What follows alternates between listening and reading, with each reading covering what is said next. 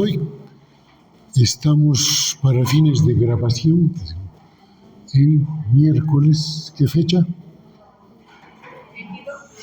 Miércoles 22 de abril. Vamos a repasar primero los mecanismos de regulación de la reabsorción tubular y hablamos ya con ustedes en uno de los primeros mecanismos es el equilibrio glomérulo-tubular, ¿no? Hemos dicho, esto puede incrementar el filtrado glomerular y la reabsorción y sobre todo evita sobrecargas para el túbulo distal. Cuando hay mucho filtrado, los túbulos hacen una autorregulación para que disminuya el filtrado. Y si hay poco filtrado glomerular, los túbulos también hacen una retroalimentación para que se incremente el filtrado y por lo tanto se incremente la reabsorción. Los capilares peritubulares también participan de la regulación de la reabsorción tubular. ¿Por qué? Porque es a esos capilares donde la reabsorción tiene que reenviar, si se quiere, lo que se ha filtrado en el glomérulo, ¿sí? Y eso va a depender mucho de la presión hidrostática del capilar. No se olviden que muchas de las sustancias que se reabsorben, el último paso que hacen para pasar del intersticio renal al capilar es por ultrafiltración. Y esa ultrafiltración obviamente va a depender de la presión hidrostática del capilar. Luego está la regulación de la presión oncótica, lo que también hemos visto que genera una presión oncótica del plasma y absorbe, ¿verdad? Atrae líquido. Por lo tanto, eso también va a regular la fracción de filtración. Las presiones en el intersticio renal, cuando aumenta la reabsorción capilar, aumenta la reabsorción tubular. Y cuando aumenta la reabsorción capilar, aumenta la presión oncótica del intersticio renal y eso produce que hacia el intersticio pasen tanto agua como solutos, ¿ya? Por lo tanto, no va a variar la osmolaridad del intersticio porque en la misma proporción van a pasar agua y electrolitos, ¿ya? Ahora vamos a ver otros mecanismos de regulación. La presión arterial, antes está bien, anterior eso. La anterior.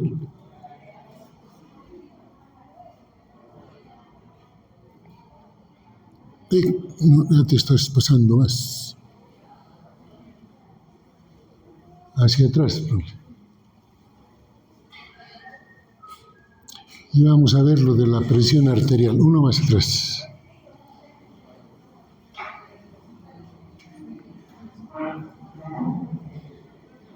¿Encuentras o no el botoncito? Uno más. Ahora sí. Entonces, el efecto de la presión arterial lo hemos mencionado, ¿verdad? Cada vez que la presión arterial se incrementa, se aumenta la excreción de sodio y eso se denomina la natriuresis por presión, ¿ya? Entonces, hemos hablado de esto también porque a mayor presión arterial, mayor presión hidrostática capilar, mayor presión hidrostática intersticial y hay difusión del sodio hacia la luz de los túbulos, se reabsorben en los túbulos y a mayor presión arterial disminuye la angiotensina y eso regula otra vez la reabsorción de sodio porque un efecto de la angiotensina es aumentar la reabsorción de sodio por efecto directo de la angiotensina, por una parte, y el otro es por la producción de aldosterona, como vamos a ver. Entonces, por doble partida, la angiotensina produce reabsorción de sodio. Entonces, por la presión arterial y la angiotensina 2 se estimula la secreción de aldosterona que aumenta la reabsorción de sodio, pero con un defecto, ¿no? Que al aumentar la reabsorción de sodio lo intercambia por potasio. Entonces la aldosterona puede producir hipopotasemia, ¿sí? Porque cada vez que reabsorbe un sodio está excretando un potasio. Hay cuadros patológicos como el hiperaldosteronismo primario o secundario en donde hay gran cantidad de aldosterona. Ahí se va a reabsorber mucho sodio, pero también se va a perder potasio. Y hay que tener cuidado con los efectos de la hipopotasemia, que en miocardio ya los hemos visto, ¿verdad? La hipopotasemia puede causar alteraciones de conducción en el miocardio. Ahora sí, adelante. También hay regulación hormonal. La aldosterona que acabamos de ver actúa en las células principales situadas en la última porción del túbulo contorneado distal y los túbulos colectores porción cortical. En estas células principales es donde se aumenta la reabsorción de sodio y se excreta potasio por la acción de la bomba ATPasa de sodio y potasio. El efecto de la aldosterona es aumentar la permeabilidad al sodio. Y veamos lo de la angiotensina 2. Hemos dicho la angiotensina por sí misma también aumenta la reabsorción de sodio y agua y a la vez estimula la secreción de aldosterona, lo que produce mayor reabsorción de sodio. Y también la angiotensina puede producir la vasoconstricción de las arteriolas eferentes. Y si hace eso, hemos dicho, aumenta la presión hidrostática del glomérulo, porque no está dejando vaciar al capilar glomerular, pero disminuye el ingreso de sangre a los capilares peritubulares. Y ahí está la capilarización nutricia, es decir, lo que nutre al tejido renal. Por lo tanto, ahí, ¿qué es lo que va a ocasionar? Que nuevamente se reabra la arteriola eferente para que aumente el flujo sanguíneo para el tejido renal y eso otra vez, digamos, disminuya el filtrado glomerular, ¿no? Entonces, es una especie de autocontrol que tiene la angiotensina, ¿ya? Pero también actúa junto con la aldosterona porque estimula su secreción. Y hay otras hormonas que ya hemos mencionado, ¿verdad? La hormona antidiurética. Su función es aumentar la reabsorción del agua, pero sobre todo actúa en el túbulo distal y en los túbulos colectores, en donde hemos dicho que normalmente son impermeables al agua, pero que la permeabilidad depende de la presencia o no de hormona antidiurética. ¿Ya? Si hay hormona antidiurética, estos segmentos tubulares se vuelven permeables al agua y por lo tanto siguen recuperando agua para reabsorberla hacia el sistema vascular, ¿sí? En cambio, cuando no tenemos hormona antidiurética, lo común es que produzcamos orina diluida. En presencia de hormona antidiurética, por esa reabsorción de agua en el sistema tubular final, ¿no? En el túbulo distal y en el colector, ahí se produce la famosa orina concentrada, ¿no? Que es el tema de hoy que vamos a desarrollar. El PAM es el péptido auricular natriurético. Cada vez que aumenta el volumen sanguíneo, distiende las aurículas y ahí aumenta la secreción del péptido auricular natriurético que produce natriuresis, que quiere decir elimina sodio. ¿Y dónde actúa el péptido? En el túbulo colector. Al eliminar sodio, ¿qué está haciendo?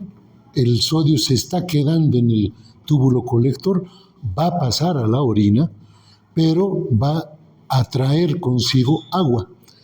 Con eso, ¿qué va a lograr? Que se disminuya el volumen sanguíneo otra vez. Entonces, de esa forma, otra vez estamos viendo otros mecanismos de regulación y autorregulación. La hormona paratiroidea también tiene una acción, fíjense, cada vez que se secreta hormona paratiroidea, en los túbulos renales aumenta la reabsorción de calcio, tanto en el asa de Henle, que es la porción gruesa en donde más calcio y magnesio se maneja, y en el túbulo distal, primera parte, en donde también hay reabsorción de calcio. Pero, fíjense, inhibe la reabsorción de fosfatos en el túbulo proximal. Todos los fosfatos que deberían ser reabsorbidos en el túbulo proximal, en presencia de hormona paratiroidea, son eliminados. y también estimula la reabsorción de magnesio junto con el calcio en el asa de Henle. Entonces la hormona paratiroidea también tiene un efecto regulador en el sistema tubular renal, ¿verdad? Ya estamos viendo 3 hormonas, ¿verdad? La antidiurética, la paratormona, la aldosterona. El péptido auricular no es considerado una hormona, ¿sí? Y bueno, y viene luego la estimulación simpática, ¿sí? Hay la vasoconstricción que produce la estimulación simpática, disminuye la excreción de sodio y agua y aumenta su reabsorción en túbulo proximal y en asa de Henle. Y esta estimulación simpática también puede relacionarse con el incremento de la liberación de renina que ya hemos visto, ¿no? El sistema del aparato yuxtaglomerular, que la renina transforma la angiotensinógeno en angiotensina 1 y por la enzima convertidora de la angiotensina, esta se convierte en angiotensina 2. Y esa angiotensina 2 nuevamente tiene un efecto fuerte vasoconstrictor. La siguiente. Entonces, aquí tienen en la tabla del libro esto que es la regulación hormonal, ¿no? La aldosterona en el túbulo distal y el conducto colector, que produce en las células principales, aumenta la reabsorción de sodio, lo intercambia con potasio, hemos dicho la bomba de ATPase de sodio y potasio, aumenta la reabsorción de cloro también, y al reabsorber sodio, aumenta la reabsorción de agua también. Donde va el sodio, va el agua, ¿sí? La angiotensina 2, donde actúa túbulo proximal, asa ascendente gruesa del asa de Henle, túbulo distal, túbulo colector. ¿Qué hace la angiotensina? Aumentar la reabsorción de sodio, cloro y agua, pero intercambiando esta vez por hidrógeno, ¿sí? Se reabsorbe sodio y se excreta hidrógeno. La hormona antidiurética, ¿dónde actúa? Túbulo distal, túbulo conducto colector. ¿Qué hace? Permeabiliza esos túbulos para aumentar la reabsorción de agua, donde si no hay hormona antidiurética son zonas impermeables al agua. Eso ya lo hemos repetido varias veces. Péptido auricular natriurético, donde actúa túbulo distal y conducto colector, disminuye la reabsorción de sodio y cloro y por lo tanto se va a ir el cloro y el sodio a la orina, llevándose también agua consigo.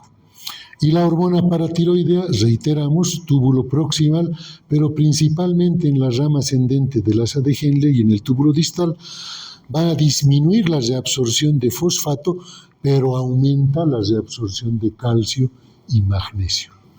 Entonces, cuando veamos la regulación del calcio, vamos a volver a hablar de la hormona paratiroidea, porque es gracias a ese efecto que se actúa. Y vamos a pasar ahora sí a ver lo que es la concentración y dilución de la orina, la regulación de la osmolaridad del líquido extracelular y de la concentración de sodio, ¿no? Es el sodio el principal soluto que tenemos que regular. Adelante. Entonces hay 4 mecanismos de regulación de todos estos componentes. O excretamos orinas diluidas, o excretamos orinas concentradas, o hay una retroalimentación y control de la concentración de sodio y por lo tanto de la osmolaridad del líquido extracelular. Y se suman a esto 2 reflejos más, el mecanismo de la sed y el apetito por la sal. Estos 4 entonces van a regular el líquido extracelular, su concentración de solutos en el líquido extracelular, la concentración de sodio en el líquido extracelular, ¿sí? Y el hecho de que o ganemos agua o perdamos agua del organismo de acuerdo a lo que se necesite en el momento determinado. Vamos. Orinas diluidas. La regulación de la excreción de agua es independiente de la excreción de solutos. La excreción de solutos en orina casi es invariable, como vamos a ver en un gráfico siguiente, pero vamos a ver que aquí Y vamos a retornar, por favor, ¿no? Después, fíjense cómo cuando la osmolaridad aquí, estamos hablando de la orina y del plasma, ¿verdad? Aquí está la osmolaridad del plasma y esta es la osmolaridad de la orina. Si tomamos 1 litro de agua, fíjense cómo va a bajar la osmolaridad de la orina, inclusive por debajo de la del plasma. Y una vez que se elimina en la orina, otra vez va a incrementar su osmolaridad. El flujo de orina, obviamente, si tomo agua, si tomamos líquido, vamos a aumentar la producción de orina, vamos a eliminar esa orina y otra vez vamos a retornar a la eliminación normal. Pero fíjense la excreción de solutos en la orina. No importa si tomamos agua o no, no nos importa estas variaciones, los solutos casi están en el mismo nivel. ¿Qué quiere decir eso? Que el riñón puede diluir una orina sin necesidad de retener muchos electrolitos. Y el riñón puede concentrar una orina sin necesidad de eliminar solutos. Entonces, ¿qué es lo que está manejando? El agua. ¿Sí? Está diluyendo o está concentrando gracias al movimiento de agua.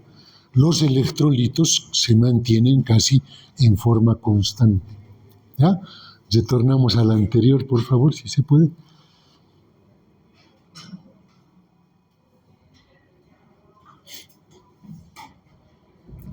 O las flechitas utilices si gustas.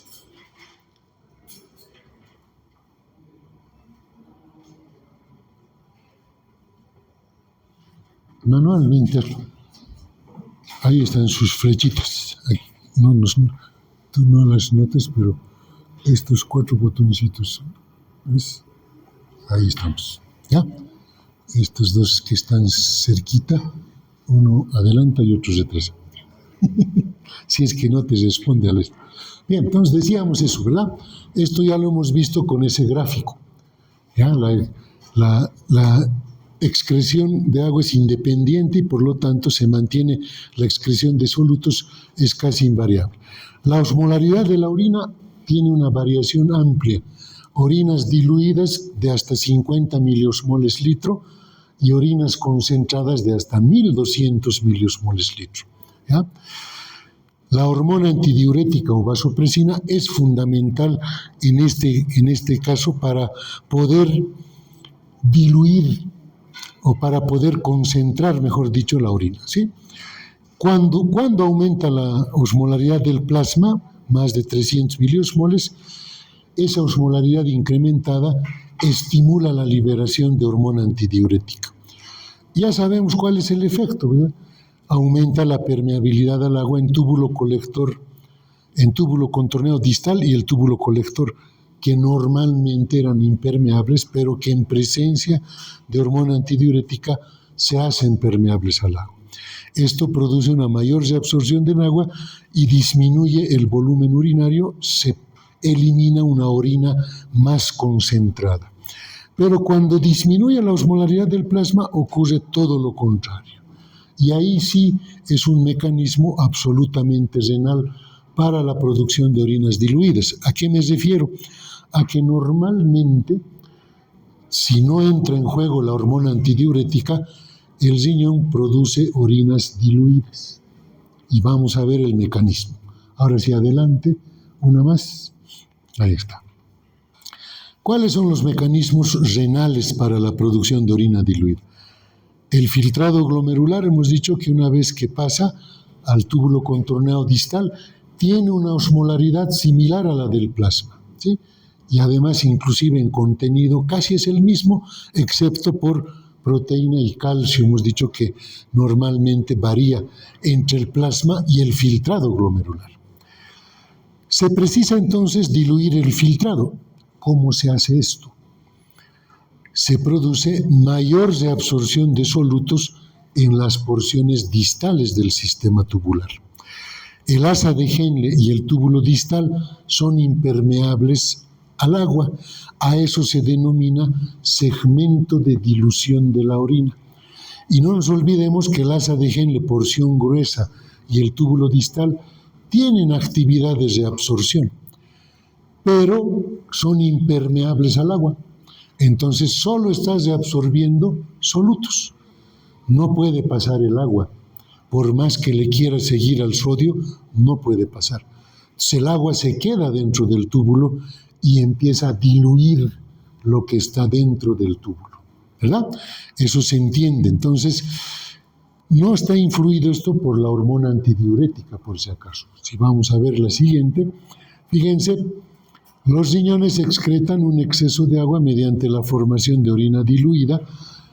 Túbulo contorneado distal, hay reabsorción tanto de sodio como de agua, o sea, tanto de solutos como de agua, y en ese nivel la osmolaridad en ambos intersticio y sistema tubular es la misma, ¿sí?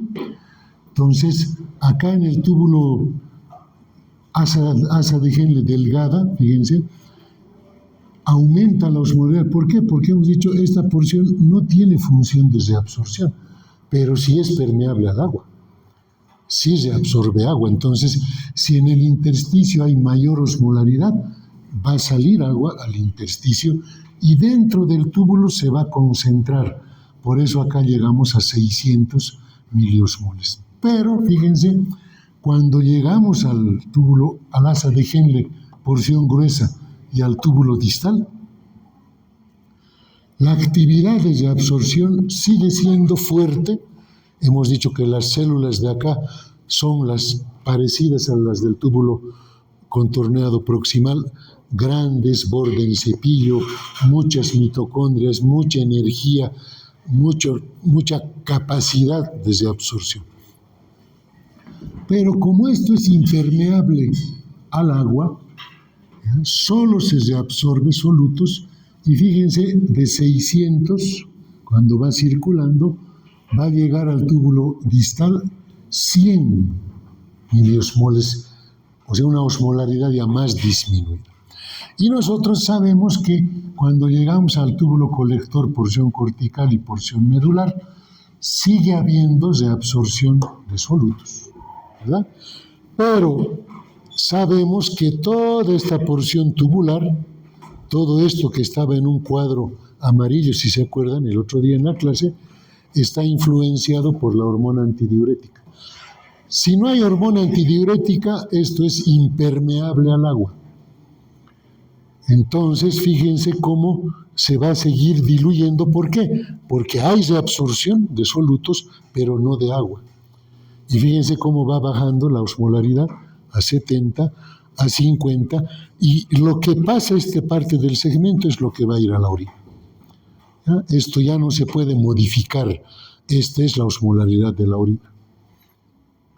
Entonces, la producción de orina diluida es simplemente un mecanismo renal. Por eso se dice que es por la diferencia de reabsorción de solutos y de agua, que en algunas porciones hay impermeabilidad.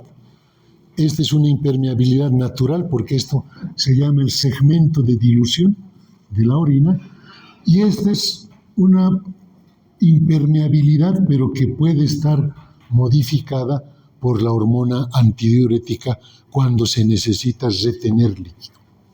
¿Ya? Entonces, eso es lo que estamos viendo. No es difícil darse cuenta que en una condición natural normal vamos a producir una orina diluida, ¿sí? Porque eso es lo que es producto de los mecanismos renales, del sistema tubular renal, su relación con la osmolaridad del intersticio renal, etc. Adelante.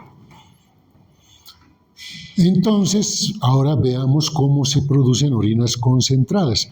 La orina concentrada tiene dos requisitos indispensables, pregunta de examen.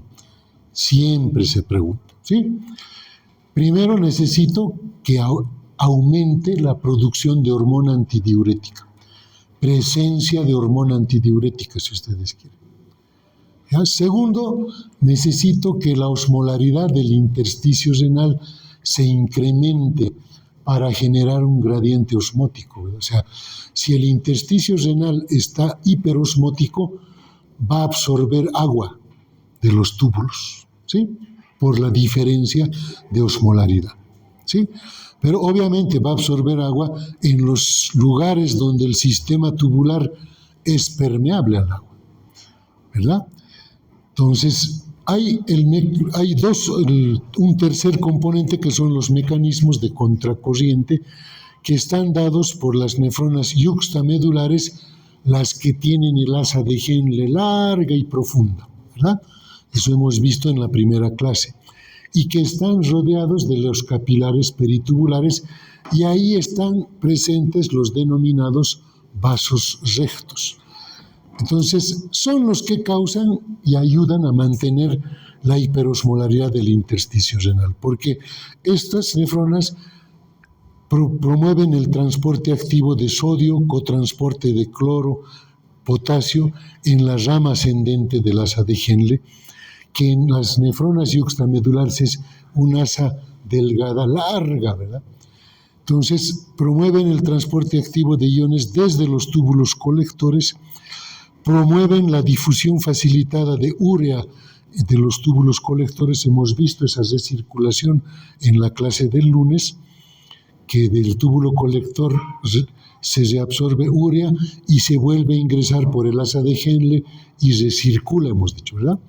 Y cada vez que entra al intersticio aumenta la osmolaridad, esa era su función.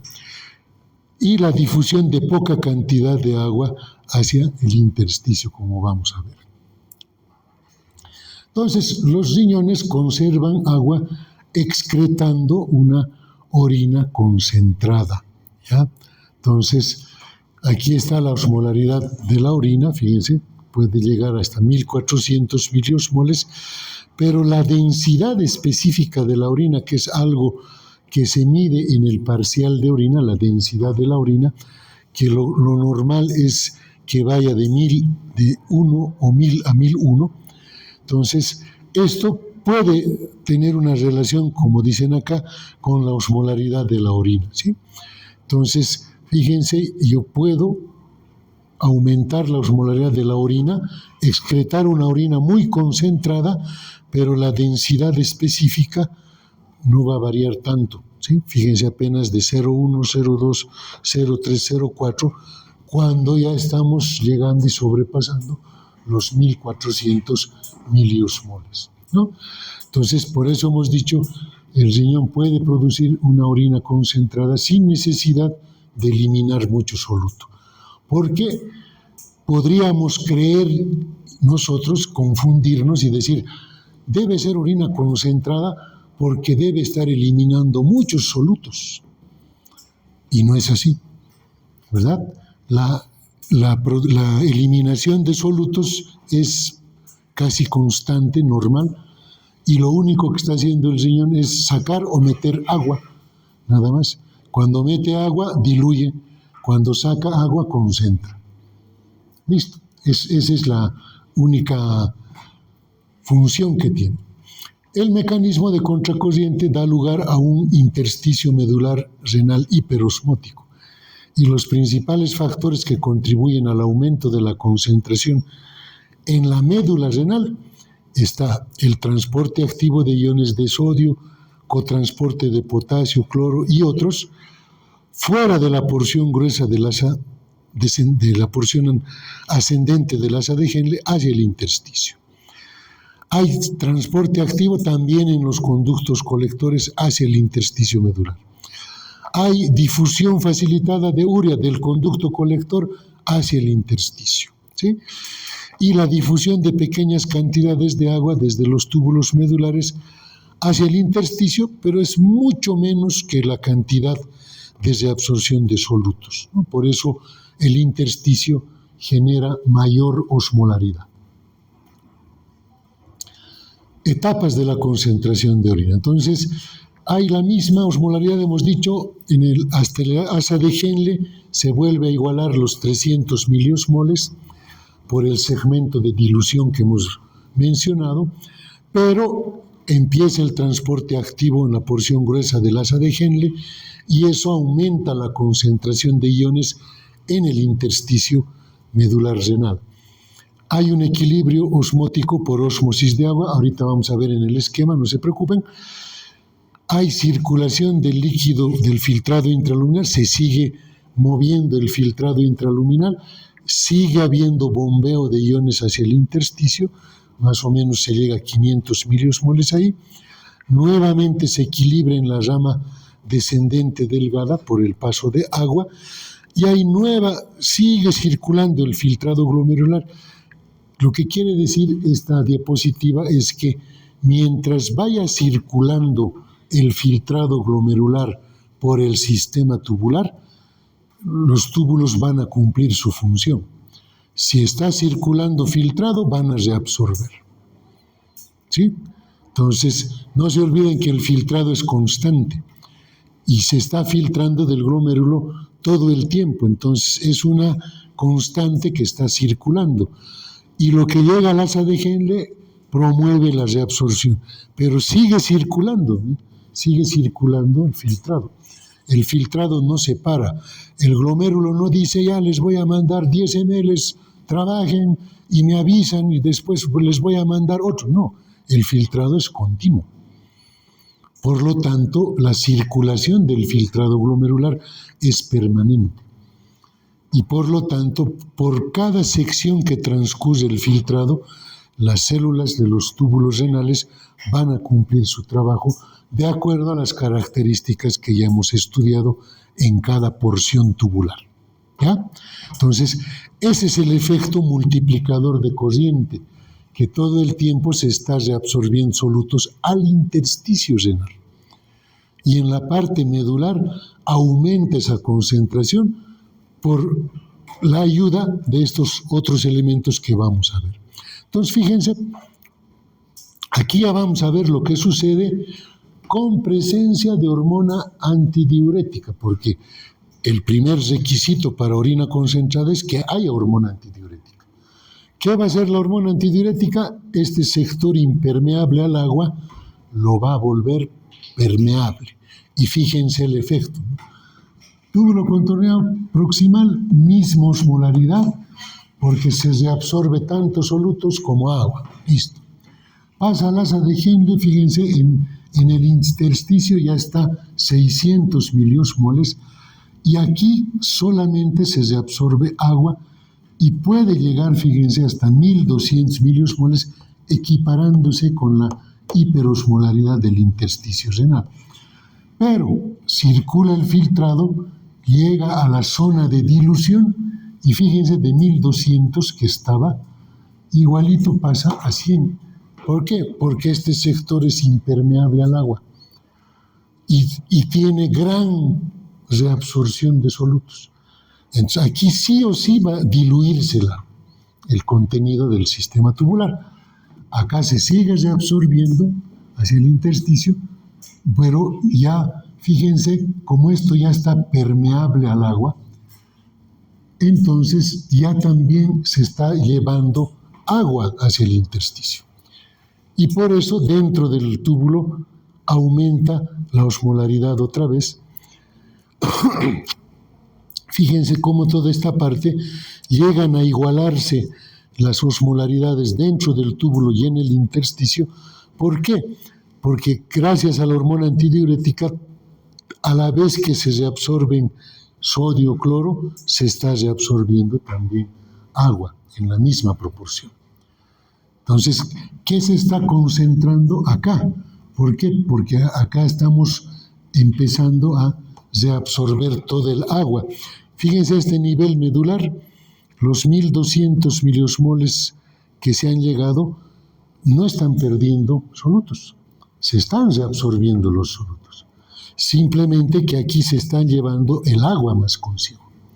Y por eso es que lo que va a quedar en el túbulo puede alcanzar a igualar esta osmolaridad de 1200 y 1200. Y esta es la orina que vamos a eliminar, concentrada y en poca cantidad. ¿Bien? Entonces, para la concentración de orina, no puede concentrarse orina sin hormona antidiurética. Y no puede concentrarse orina sin intersticio medular hiperosmótico, porque eso también es lo que condiciona la producción de orina concentrada. Cuando tengo hiperosmolaridad acá, el agua se sigue reabsorbiendo hacia el intersticio. Pero no se está diluyendo, fíjense, ¿por qué? Porque también sigue habiendo bombeo de solutos.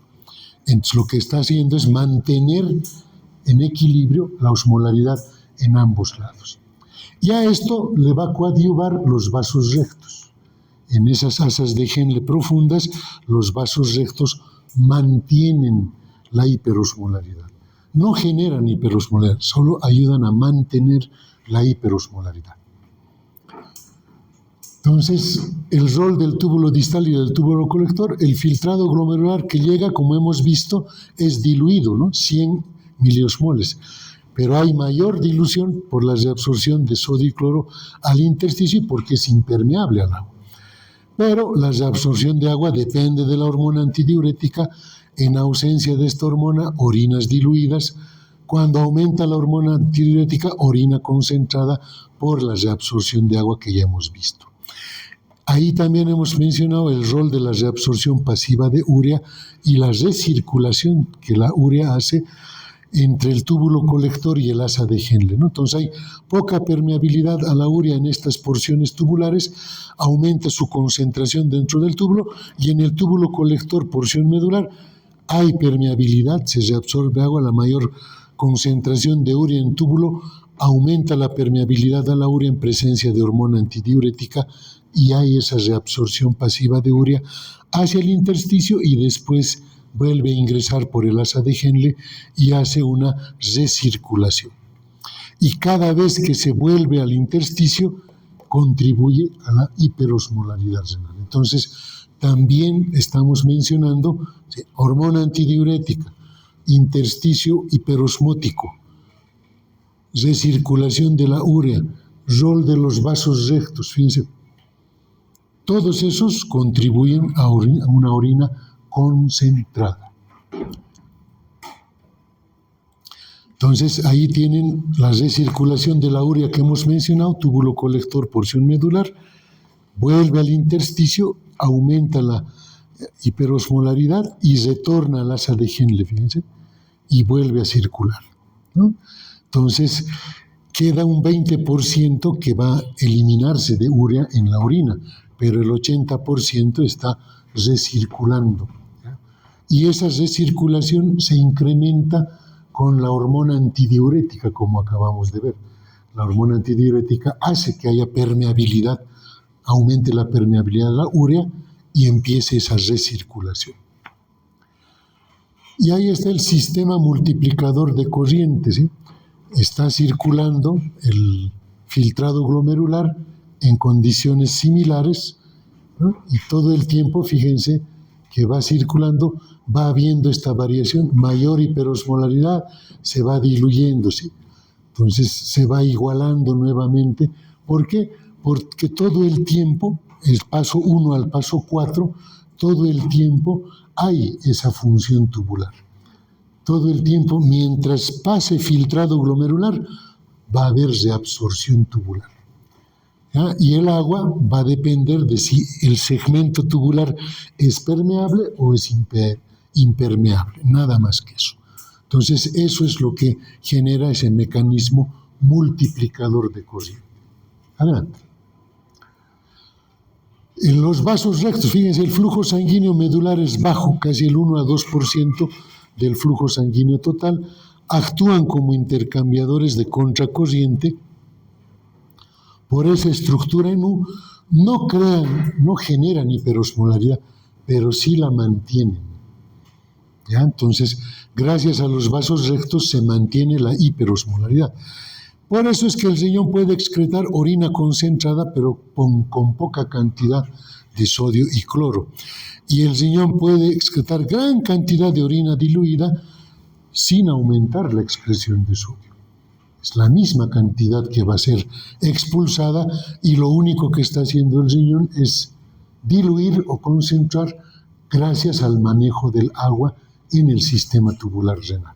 Aquí vamos a ver en la siguiente, estos son los vasos rectos, fíjense, de los capilares, y por lo tanto, fíjense, va a llegar también lo que se está reabsorbiendo al sistema capilar, ¿sí? Va a aumentar esa osmolaridad dentro del capilar peritubular y va a mantener esa hiperosmolaridad, ¿sí? Entonces, es el intercambio por contracorriente, dice, en los vasos rectos, el plasma que fluye por la rama descendente de los vasos rectos es cada vez más hiperosmótico por difusión de agua hacia afuera de la sangre y difusión de solutos desde el líquido del intersticio renal hacia la sangre. En la rama ascendente de los vasos rectos, los solutos difunden hacia el líquido intersticial y el agua difunde de nuevo hacia los vasos rectos, ¿sí? Otra vez el agua ingresa y otra vez aquí arriba se vuelve a equilibrar. Pero estos vasos rectos están pues en la porción medular, en las nefronas yuxtamedulares que tienen una asa de Henle larga, profunda, ¿sí? Están rodeando esas asas de Henle y es por eso que en la porción profunda, fíjense, mantienen la hiperosmolaridad. En cambio, cuando llegan a subir otra vez hacia el glomérulo, vuelven a igualar la osmolaridad dentro y fuera, ¿sí? Entonces, aquí abajo es lo que importa, porque estos vasos rectos ayudan a mantener la hiperosmolaridad. No hay intercambio acá. Aquí está 1200 miliosmoles, aquí dentro también están 1200 miliosmoles. No hay variación. Pero eso necesitamos para producir orina concentrada. Ya, entonces los vasos rectos ayudan en eso. Bien, la concentración de la orina en los túbulos renales, por lo tanto, aquí hay un resumen de esto, ¿no? Por ejemplo, el transporte activo de sodio y cloro es alto en el túbulo proximal. Además, hay permeabilidad al agua, sodio, cloro, urea en el túbulo proximal es todo positivo. En la rama descendente fina del asa de Henle y ascendente, fíjense, en la descendente solamente es agua. Hay permeabilidad al sodio, cloro y urea para la recirculación de la urea. En la porción gruesa del asa de Henle solo se transportan iones, nada de agua, nada de sal, nada de urea, ¿sí? Solamente hay reabsorción fuerte de iones, es el segmento de dilución. En el túbulo distal, colector cortical y colector medular, el agua está influenciado por la presencia de hormona antidiurética. Si hay hormona, se reabsorbe agua. Pero transporte activo de cloro-sodio hay en todas las porciones. Siempre se está reabsorbiendo, ¿sí? Y en el colector medular, gracias a la hormona antidiurética, también se hace permeable a la urea para la recirculación de esta urea que hemos visto. Siguiente. El efecto de la hormona antidiurética en la osmolaridad de los túbulos renales, ¿sí? Los cambios en la osmolaridad del líquido tubular a medida que va transcurriendo por los diferentes segmentos tubulares en presencia de concentraciones altas de hormona antidiurética y sin hormona antidiurética, ¿verdad? Entonces, sin hormona antidiurética es la conducta, ¿sí? Orina diluida. Con hormona antidiurética, fíjense cómo varía esa permeabilidad y varía esta osmolaridad de la orina, ¿sí? Llegando a este es el efecto real de la hormona antidiurética, ¿no? Por eso hemos dicho, el riñón produce orinas tan diluidas, ¿ya? Como de 50 miliosmoles, y puede producir orinas tan concentradas como 1200 miliosmoles, como ven ustedes acá, ¿no?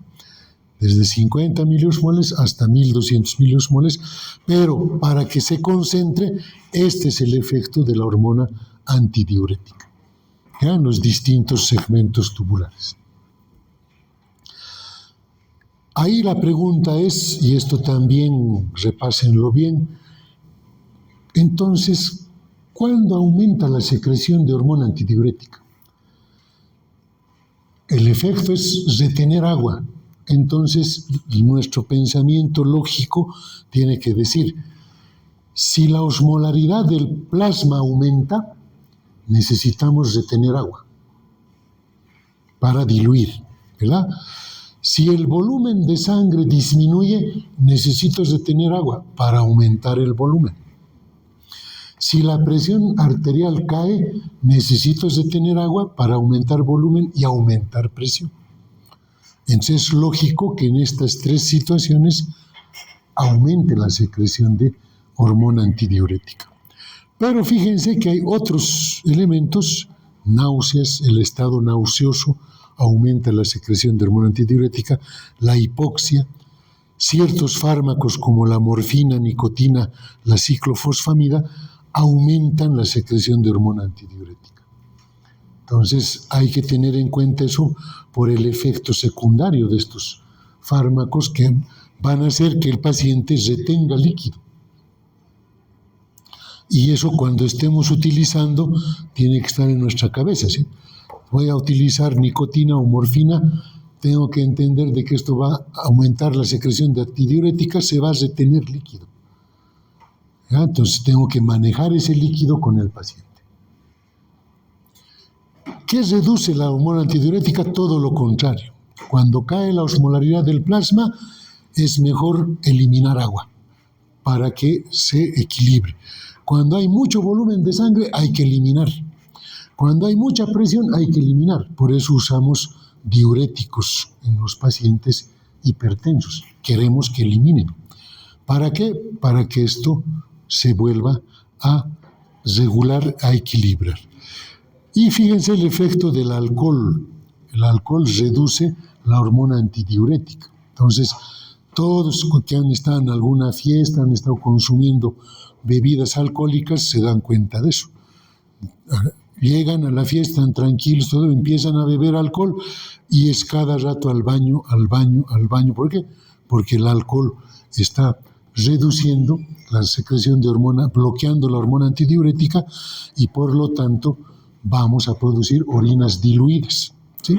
Pero es el alcohol que bloquea, digamos, la clonidina, un antihipertensivo, el haloperidol, un bloqueante de dopamina, también producen reducción de la hormona antidiurética. Ok, hay alteraciones que pueden modificar esto, ¿no? Por ejemplo, una secreción inadecuada de hormona antidiurética. Falla la producción de hormona antidiurética, no hay hormona antidiurética y a eso se llama diabetes insípida central. ¿Por qué? Porque el riñón no puede concentrar orina, todo el tiempo produce orinas diluidas y en gran cantidad. Entonces, por eso se llama diabetes insípida. ¿Por qué insípida? Aquí no tiene nada que ver la glicemia. O sea, no es una diabetes dulce como la diabetes mellitus, ¿verdad? Se dice insípida porque no tiene nada que ver el azúcar y central porque es lo que está fallando es la liberación de hormona antidiurética. Ese paciente está orinando y por lo tanto tiene sed. Algunos traumas encefalocraneanos o infecciones que afecten el encéfalo también, encefalitis, ¿ya? Pueden llegar a producir este cuadro. Alteraciones del mecanismo de contracorriente con hiperosmolaridad intersticial o la incapacidad de los túbulos de responder a la hormona antidiurética. Ahí se habla de la diabetes insípida, pero ya no central, nefrogénica. ¿Por qué? Porque se está liberando hormona antidiurética. El problema es que los túbulos no les responden. ¿Ya? Entonces, esa incapacidad de respuesta puede darse y otra vez el paciente está con orinas diluidas abundantes y sed, ¿no? Poliuria, polidipsia, generalmente son indicativos de diabetes, ¿verdad? Por eso es que se les menciona también como diabetes acá. Pero se dice que es insípida. ¿Por qué? Porque acá no tiene nada que ver la glicemia. El azúcar en la sangre no está para nada entrometido acá. Bien, ¿cómo se controla la osmolaridad y la concentración de sodio? Es un sistema de retroalimentación entre osmoreceptores y hormona antidiurética, ¿ya? Hay síntesis de hormona antidiurética en hipotálamo y en hipófisis posterior. Cada vez que hay déficit de agua, aumenta la osmolaridad del líquido extracelular, estimula los osmoreceptores en esta parte, aumenta la hormona antidiurética, pero además, fíjense, el sistema nervioso central estimula el mecanismo de la sed. Esta estimulación refleja de producción de hormona antidiurética puede darse por el reflejo vasoreceptor arterial. Cada vez que baja la presión, cada vez que baja el volumen, los vasoreceptores sienten esa modificación de presión y eso estimula liberación de hormona antidiurética. Reflejo cardiopulmonar también estimula la hormona antidiurética. Y lo que dijimos, ¿no? Las náuseas, nicotina, morfina, aumenta la liberación, alcohol, clonidina, haloperidol, disminuye la liberación. Vamos adelante. La retroalimentación por osmoreceptores, ahí está. Hay deficiencia de agua, aumenta la osmolaridad extracelular, los osmoreceptores se dan cuenta de eso, aumentan la secreción de ADH por la hipófisis posterior antidiurética, aumenta la circulación plasmática de hormona antidiurética, eso produce la permeabilidad al agua en los túbulos distales y conductos colectores, aumenta la reabsorción de agua y disminuye el agua excretada y esto compensa la deficiencia de agua. Entonces, estos son los mecanismos de trabajo de la hormona antidiurética, que ya los hemos visto, solo que acá es el mecanismo más que todo por los osmoreceptores. Adelante. Ahora viene el mecanismo de la sed. Cuando existe déficit de agua, los riñones, ya sabemos, pueden disminuir la pérdida de agua, pero se precisa también la ingesta de agua y agua adicional para compensar, y ahí entra el mecanismo de la sed. Cuando hay hiperosmolaridad, no solo se estimula la antidiurética, sino el mecanismo de la sed. Hay centros de la sed en el núcleo preóptico, en el tercer ventrículo. Cuando aumenta la osmolaridad en el plasma, causa deshidratación en el centro de la sed, pero también pueden ser estimulados por los vasoreceptores cuando baja la presión arterial. Aumentos de osmolaridad de hasta 2000 equivalentes, fíjense, 300 a 302, ya pueden activar la sed. Ya sentimos sed. Entonces, control de la sed. ¿Cuándo aumenta la sed? Esto igual son cosas ya de integración que tenemos que entender nosotros. Si aumenta la osmolaridad, aumenta la sed. ¿Para qué? Tomar agua y diluir. Si baja el volumen sanguíneo, me da sed. ¿Sí? Las películas, ¿no? Los que están desangrando, tengo sed. Claro, están con shock hipovolémico ya, ¿no? Cae la presión arterial, me da sed por los vasoreceptores. Aumenta la angiotensina 2, fíjense, y también activa el mecanismo de la sed. ¿Verdad? Y la sequedad de boca también aumenta la sed. Si mi boca está seca, busco líquido, quiero tomar líquido para humedecer la mucosa bucal. Todo lo contrario, fíjense, reduce la sed. Cuando disminuye la osmolaridad, ¿para qué voy a tomar agua si estoy ya diluido? ¿Verdad? Si aumenta mi volumen sanguíneo, ¿para qué voy a tomar agua? Voy a aumentar más mi volumen. Si aumenta la presión, lo mismo, voy a aumentar más mi presión. Al hipertenso más bien les restringimos el consumo de agua, ¿verdad? Si baja la angiotensina, baja la sed, y la distensión gástrica también baja la sed. Por eso es que cuando ustedes juegan un partido de fútbol de 2 horas, cuando se entusiasman mucho y no juegan normalmente los 90 minutos, o los 7 ligas que llaman, que van a jugar de una cancha a otra cancha a otra cancha, y tengo sed, y empiezan a tomar un botellón de agua, ¿verdad? Pero no lo van a terminar, porque el rato que su estómago esté lleno de agua y se distienda, ahí acabó la sed, ya no puedes. Entonces, la distensión gástrica, por un consumo exagerado de agua, el estómago distendido anula el mecanismo de la sed. Bien, y por último está el apetito por la sal, ¿ya? ¿Cómo se estimula el apetito por la sal? Otra vez, cuando baja la concentración de sodio en el líquido extracelular cuando baja la presión arterial, cuando baja el volumen sanguíneo. Es un mecanismo similar al de la sed, ¿ya? El aporte de sodio en la dieta normal normalmente es de 100 a 200 mil equivalentes día, pero cuando hay déficit de sodio, empieza el apetito por la sal. Y esto explica, como les decía, cuando un niño está deshidratadísimo por un proceso diarreico, por ejemplo, uno le ofrece el suero de rehidratación y lo toma con un gusto, ¿ya? Pide más, le estás dando hasta con cucharillita a los bebecitos y cómo toman, ¿no? Pero tú pruebas eso y lo escupes porque es salado, ¿verdad? Pero el apetito por la sal nos muestra eso. Cuando hay una deshidratación, ¿sí?, baja la concentración de sodio, aumenta la osmolaridad, entonces hay apetito por la sed porque se ha perdido sodio. En la diarrea perdemos sodio y potasio, en los vómitos perdemos sodio y potasio. Ahí sí la rehidratación es importante. Por eso es que ahora se les han generado a la venta estos refrescos que contienen electrolitos, ¿verdad? El Powerade y Gatorade y todos esos similares que les dicen, contiene sodio, cloro, potasio en mayor concentración y se usa para rehidratación. Todos los que hacen deporte, las en gimnasio, etcétera, prefieren esos refrescos porque contienen cantidades adicionales de sodio, cloro, potasio. La angiotensina y la aldosterona influyen poco en la concentración de sodio, ojo, porque reabsorben sodio y agua al mismo tiempo. En condiciones normales, esto es superado por el sistema de la hormona antidiurética y la sed. Ahí sí se puede influir más en la dilución del sodio porque estamos consumiendo más agua, ¿sí? Y estamos reteniendo más agua.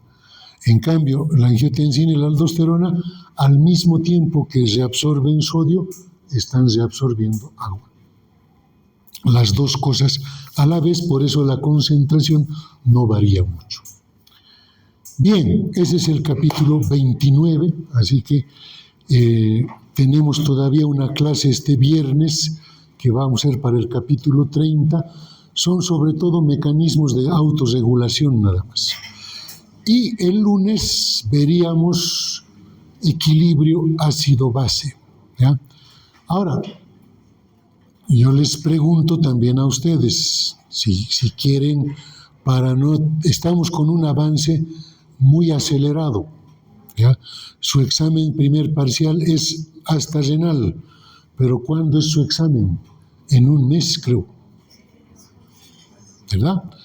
Entonces, por eso yo les doy a elegir, ¿no? Si quieren pasar clases también este viernes o nos encontramos el lunes. ¿Sí? Lunes, ¿sí? No se olviden que vamos a hacer lunes y miércoles las últimas clases porque el subsiguiente viernes es feriado, ¿verdad? Entonces van a tener otra vez 2 clases la siguiente semana, lunes y miércoles, y ahí terminamos renal. Y con eso se termina el temario del primer parcial. ¿Ya? ¿De acuerdo? Entonces, este viernes nos damos una pausa para que no digan, mucho están cosiendo, mucho es